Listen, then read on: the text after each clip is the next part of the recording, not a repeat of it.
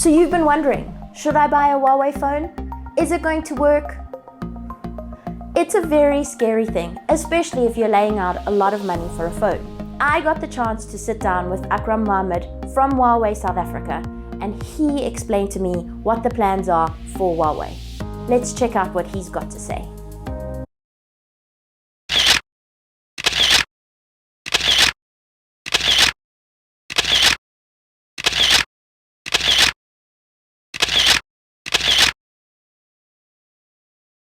Hi guys, it's Claire here from Gadget Girl, and welcome back to my channel. Today I'm going to be talking to Huawei to find out what's happening with Android and our apps and our phones, and can we and can't we and should we and shan't we.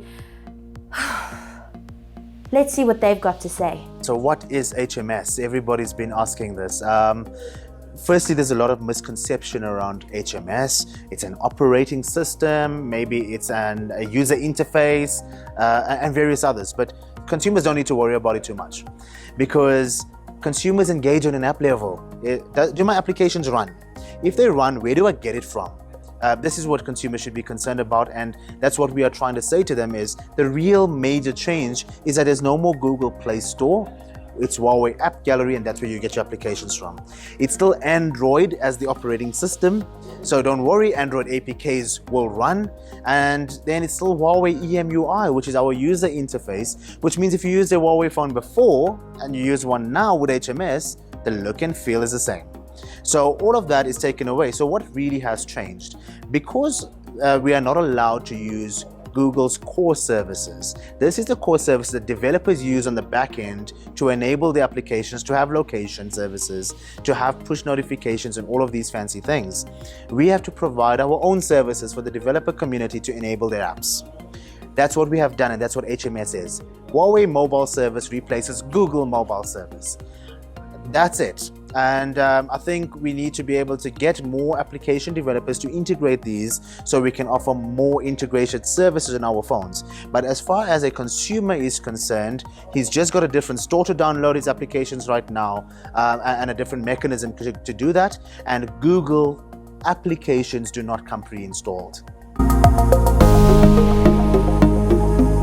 So when it comes to the browser experience, many of us tend to forget that, especially during the workday, majority of our time is spent on a PC, and majority of that time on the PC is spent on a browser, whether you're using YouTube or using any other application for that matter. So it's not that native to us, but the experience shouldn't be compromised so much because we are used to doing those kind of things. And if you look at the application experience also, it's more a front-end rendering mechanism that's still running content that's stored on the cloud on the internet. Okay, so when we say browser, here's the initial very first time you got to type out youtube.com as an example. But when you bookmark that, you can bookmark it as a shortcut on your home screen, which creates an icon which kind of looks like an app. And if you click on that, it opens up a page that looks and renders like you would see within your app. It just means it's connecting via your browser. That's a very different. So yes, it might not be ideal for an app like YouTube, but people's perception was that I can't view YouTube. That's not true. You can. You just need to do it via browser. And considering the hardware capabilities and advancements that you're getting with a Huawei phone that many other phones don't have, it might be a fair trade-off. Because people associate Google with search or with video or with Gmail for that matter, the perception is Gmail also won't work. That's also not true. Your Gmail account is owned by you, and you can load it on a PC on Outlook. So why can't you load it on Outlook on your mobile phone or load it on the Huawei email client? So what cannot be used is the Gmail app, but you can still send and receive Gmail.